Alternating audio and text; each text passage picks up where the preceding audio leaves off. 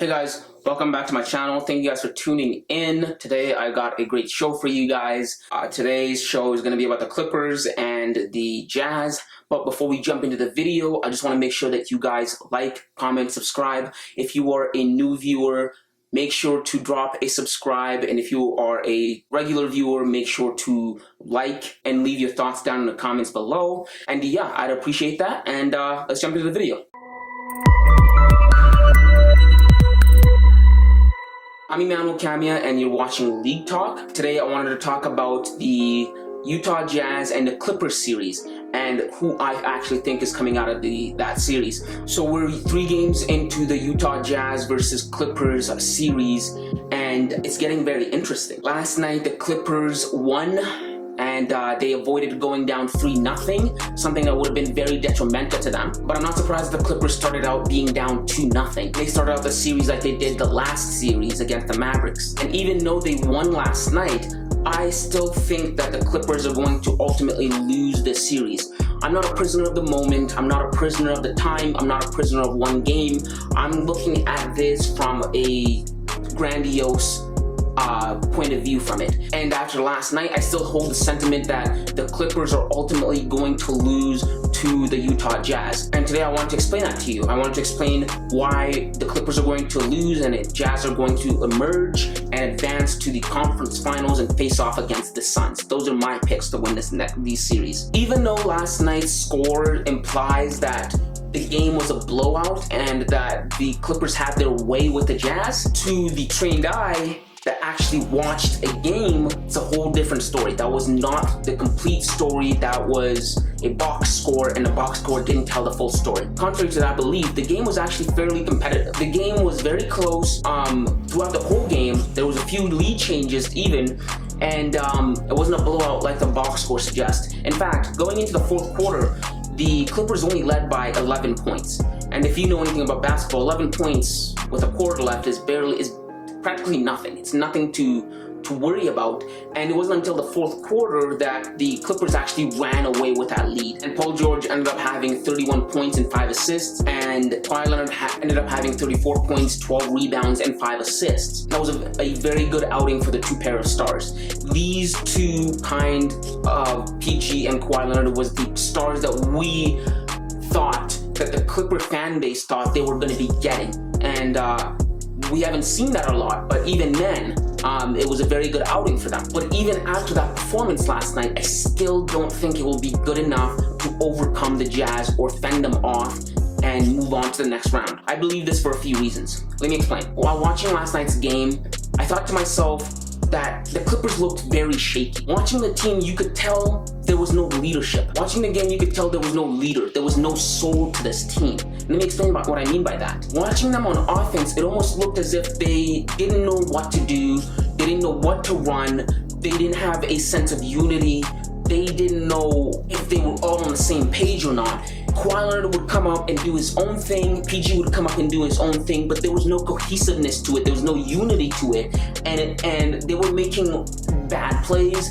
They weren't running actual plays. They were making bad passes. For instance, Paul George would try and create something, and when he couldn't at the last minute, he'd pass it off to someone and expect them to do something. And they were making a lot of those passes for the majority of the game. And thinking to myself, I'm like, okay, there is no cohesiveness. There was no leadership between this team. And a lot of the times, they didn't know what to do. They didn't know what play to run. They didn't, and someone who normally does that for them, Rajon Rondo, it's worth mentioning he didn't play last night. But even still, you could see a glaring difference between them and the Jazz. There's leadership in the Jazz, and there's no leadership, and there's no soul, and there's no cohesiveness, there's no unity between the Clippers. For instance, you could see this in different teams, like the Phoenix Suns. With the Phoenix Suns, you see them, Paul George brings up the ball and he knows what to run, okay? They know exactly where to go. They know where to be. They know who the first option is. They know who the second option is. They know who the third option is. They know what pass to pass.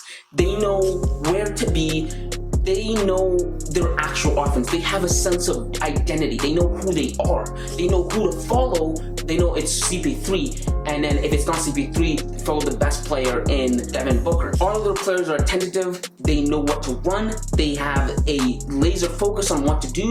And I just don't get that from the Clippers. I get a nonchalant, what do we do next? Are you gonna score next? You know what I mean? Like it's not cohesive, and there's no leader, there's no person there to gel them together to actually work that throughout. And that's what I saw a lot from the Clippers last night, a severe case of leadership. Kawhi Leonard and Paul George, they're good, but they're not the guys to take up that leadership role. Kawhi Leonard can't be a leader because he's not communicative, he's not talkative, he doesn't emote, he doesn't talk to people. And in order to be an actual good leader, and you have to be able to talk, you have to communicate what's on your mind, what you think should happen, you know what I mean? You're good, but you're not. The difference between being good and being great is that leadership aspect, right?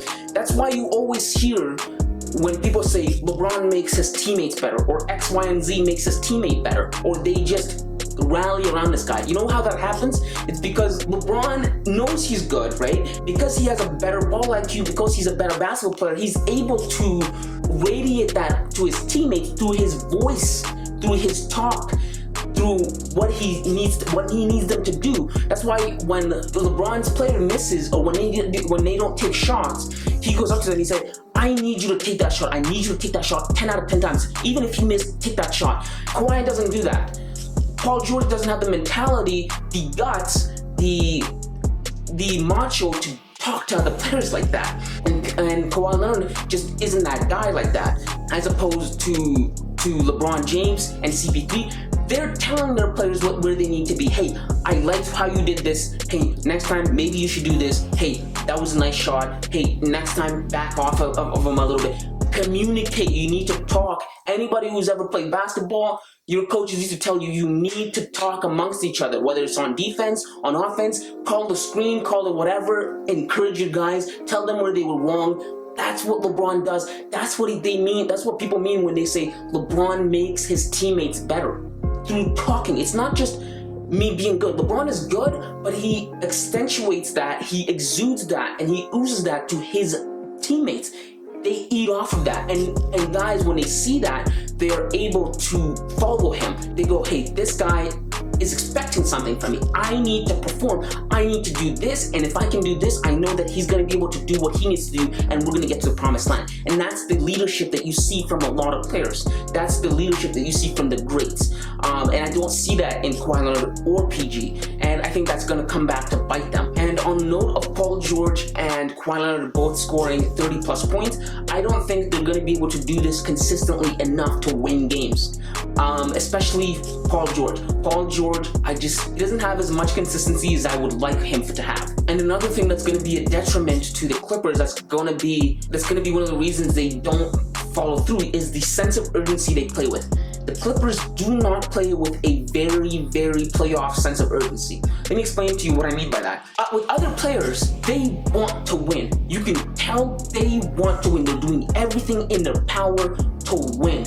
My coaches used to tell me, you gotta want it more than you want your next breath. And I don't see that in the Clippers. For instance, Trae Young, when the playoffs started and he was playing against the New York Knicks, and they were trash talking him, he was trash talking them back. He is rallying energy around him. He's calling out, he's trash talking the players, he's trash talking the fans. He wants to win. He's exuding that. The players around him, they want to follow with that. It's that playoff intensity, that playoff atmosphere. It's the same thing you see with CP3. CP3 fights to get the opposing players fouled anytime he can. He will call, oh, that's a flagrant foul, that's a flagrant foul, that's a flagrant foul. Call him, tap, because he wants to do anything in his power, whether it's defense, offense, talking, influencing, to get to that spot to win. And you see that in the Brooklyn Bucks series.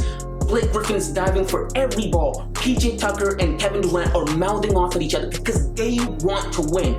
You see it in Donovan Mitchell. Donovan Mitchell wants to, you can see the way he plays, he wants to win 100% of the times. It's not just a nonchalant type of feel to the game. And I believe that's why the Clippers went down 2-0 to the Mavs, and they went down 2-0 to the Jazz prior to winning that last night's game, because they don't have an innate sense of winningness, of we need to win right away. I think the reason they won last night was because their back was literally up against the wall. It was either win or go down 3-0. And anybody who knows basketball knows that going down 3-0 is basically the series is over. And so they were finally forced to, we need to win, but they don't have that innate sense of we need to win right away. Come out the gates, hit the ground running. They don't have the sense of, we're going to win this game in the second quarter. We're going to win this game. We want to put them away right away. No, it's a nonchalant, you know what I mean? And that coupled with their inconsistency, that coupled with their lack of leadership, I think those are the aspects, those are the elements that are going to be detrimental to them winning the series, because they might have been able to get away with that against a Mavericks team, and they slightly got away with it. It took them 7 games to beat that Mavericks team. But this team, this Jazz team is a much better team. This Jazz team is a different story. They're better talented. They're better coached. I don't think that the Clippers are going to be able to get away with what they got away with from the Mavs in this series. And yeah, that's why I think that the Clippers are ultimately going to lose this series. But those are just my thoughts. Those are my reasoning. And that's why I think that the Clippers are going to lose this series. Inconsistency, lack of urgency, lack of leadership. Ultimately, the Jazz are going to advance and play in the conference finals. But yeah, those are just my thoughts. Let me know what you guys think down in the comments below. Did you see something? When watching the game, what do you think? When you're watching the game, what comes to mind? What are you seeing? Let me know in the comments down below. And if you are a new viewer, make sure to subscribe. I do videos like this 3 times a week. Make sure to like, comment, subscribe. And until next time, kids.